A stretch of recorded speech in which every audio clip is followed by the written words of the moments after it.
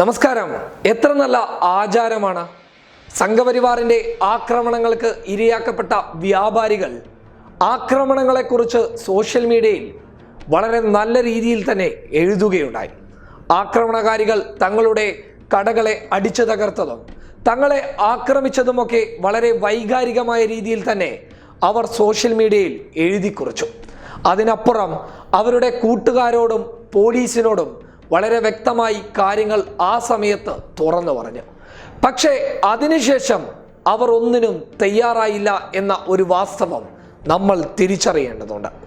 ആക്രമിക്കപ്പെട്ട വ്യാപാരികളും ആക്രമിക്കപ്പെട്ട വ്യാപാര സ്ഥാപനങ്ങളിലെ ഉടമകളുമൊക്കെ സംഘപരിവാറിന്റെ ആക്രമണങ്ങൾക്ക് മുന്നിൽ പേടിച്ചു നിന്നു എന്നുള്ള ഒരു കാര്യവും പൊതുസമൂഹം മനസ്സിലാക്കേണ്ടതുണ്ട്. കാസർഗോഡ് ജില്ലയിലെ അവസ്ഥ എടുത്തു പറഞ്ഞാൽ തന്നെ പല വ്യാപാര സ്ഥാപനങ്ങളിലെയും ഉടമകൾ പരാതി നൽകാൻ പോലും തയ്യാറായി മുന്നോട്ട് വന്നിട്ടില്ല. അതിൻ്റെ ഏറ്റവും വലിയ കാരണമെന്ന് പറയുന്നത് അവർക്ക് വ്യാപാരികളിൽ ഭയമുണ്ടാക്കാൻ സാധിച്ചു എന്നുള്ളത് തന്നെയാണ്. ഭയപ്പെടുത്തി കീഴ്പ്പെടുത്തുക എന്ന ഉത്തരേന്ത്യൻ നയം തന്നെയായിരുന്നു അവർ ഹർത്താലിൽ കേരളത്തിലും സ്വീകരിച്ചിരുന്നത്. അതിൻ്റെ ഭാഗമായിട്ട് തന്നെയാണ് നിരപരാധികളായിട്ടുള്ള വ്യാപാരികളെയും അവരുടെ സ്ഥാപനങ്ങളെയും അവരുടെ വാഹനങ്ങളെയും സംഘപരിവാരുകാർ ആക്രമിച്ചത്. അതിനപ്പുറം എടുത്തു പറയേണ്ടത് യുവതികളെയും കുട്ടികളെയും കൊണ്ട് മുഖ്യമന്ത്രിക്കെതിരെ തെറി വിളിക്കുകയും അത്രത്തോളം ഞങ്ങൾ വളർന്നു എന്ന് പൊതുജനങ്ങൾക്കിടയിലേക്ക് കാണിച്ചു കൊടുത്ത് അവർക്കിടയിലേക്ക് ഒരു ഭയമുണ്ടാക്കാൻ അവർ ശ്രമിക്കുകയും ചെയ്തു. ഇതുമായി ബന്ധപ്പെട്ട് അതായത് യുവതികളെയും രണ്ട് കുട്ടികൾ ഇതിനോടകം തന്നെ തെറി പറഞ്ഞിട്ടുണ്ട്. അത്തരക്കാർക്കെതിരെ കർക്കശമായിട്ടുള്ള നിയമ നടപടി കൈക്കൊള്ളണമെന്ന് ആവശ്യപ്പെട്ട് കാസർഗോഡ് ഡിവൈഎഫ്ഐയുടെ ജോയിന്റ് സെക്രട്ടറി ശിവപ്രസാദ് പരാതി നൽകിയിട്ടുണ്ട്. അദ്ദേഹം പബ്ലിക് കേരളയോട് തുറന്നു പറഞ്ഞിട്ടുള്ളത് ഇങ്ങനെയാണ്. നമുക്കറിയാം, ഈ ഹർത്താൽ ദിനവുമായി ബന്ധപ്പെട്ടുകൊണ്ട് വലിയ നാശനഷ്ടങ്ങൾ കാസർഗോഡുണ്ടായി. ഒരു വ്യാപാര സ്ഥാപനങ്ങളിലേക്ക് കല്ലെറിയുന്ന ഫോട്ടോ ഉൾപ്പെടെ വീഡിയോ സോഷ്യൽ മീഡിയയിൽ വന്നതാണ്, വീഡിയോ ഉൾപ്പെടെ വന്നതാണ്. ആ വ്യാപാരികൾ പോലും പലപ്പോഴും ഭയപ്പെട്ട് പരാതി കൊടുക്കാത്തതും പോലീസിന് പലപ്പോഴും ഇവർ ആക്ഷൻ എടുക്കുന്നതിൽ ഒരു തടസ്സമായി നിൽക്കുന്ന പലപ്പോഴും പല ആൾക്കാരും പരാതി കൊടുക്കാൻ തയ്യാറാവാത്തതാണ്. അതുമാത്രമല്ല, പല അക്രമ കേസുകളും സാക്ഷികൾ പോലും കൂറുമാറിപ്പോകുന്നതും ഇവർക്കൊക്കെ വളം വെച്ചു കൊടുക്കുന്ന രീതിയിലേക്ക് കാര്യങ്ങൾ പോയിക്കൊണ്ടിരിക്കുകയാണ്. കാസർഗോഡിനകത്തെ എല്ലാ ക്രിമിനൽ പശ്ചാത്തലമുള്ള അക്രമങ്ങൾക്കും നേതൃത്വം കൊടുക്കുന്നത് ഇത്തരത്തിലുള്ള 18 വയസ്സിന് താഴെയും ഉള്ള കുട്ടികളെയാണ് അവർ ഉപയോഗിച്ചുകൊണ്ടിരിക്കുന്നത്. ഏറ്റവും അവസാനം ഈ പെൺകുട്ടി വിളിച്ചു കൊടുക്കുന്ന മുദ്രാവാക്യം നമ്മളൊക്കെ ആശ്ചര്യപ്പെടുന്നത്, ആ മുദ്രാവാക്യം വിളിച്ചു കൊടുക്കുമ്പോൾ തൊട്ടിപ്പുറം ജില്ലാ പഞ്ചായത്ത് മെമ്പറും BJPയുടെ ജില്ലാ പ്രസിഡന്റ് ഉൾപ്പെടെ തൊട്ടടുത്ത് നിൽക്കുകയാണ്.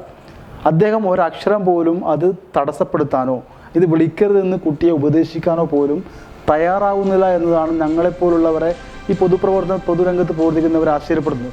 അതുതന്നെയാണ് ഇവർക്ക് വളം വെച്ചു കൊടുക്കുന്നത്.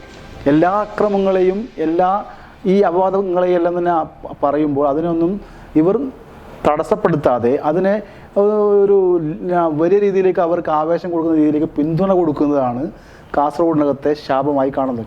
നമുക്കറിയാം, ഈ തൊട്ടടുത്ത ദിവസം 2-3 വീടുകൾ ആക്രമിക്കപ്പെട്ടു.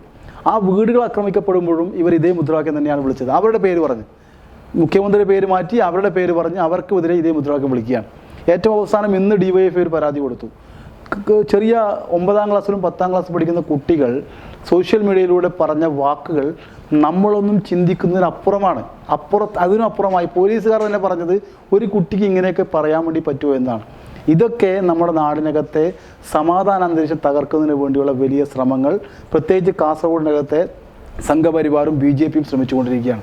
ഒരു കാര്യം വ്യക്തമാണ്, ആക്രമണകാരികൾക്കെതിരെ നടപടി ഉണ്ടാകണമെന്നുണ്ടെങ്കിൽ ആക്രമിക്കപ്പെട്ട വ്യാപാര സ്ഥാപനങ്ങളിലെ ഉടമകൾ രംഗത്ത് വരേണ്ടതുണ്ട്.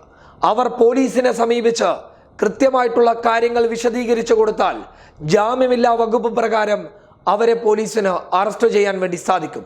അല്ലെങ്കിൽ പോലീസ് സ്വമേധയായി എടുത്ത സ്റ്റേഷൻ ജാമ്യം കൊടുത്തു വിടുന്ന കേസുകളിൽ അത്തരം കാര്യങ്ങൾ ഒതുങ്ങിപ്പോകും.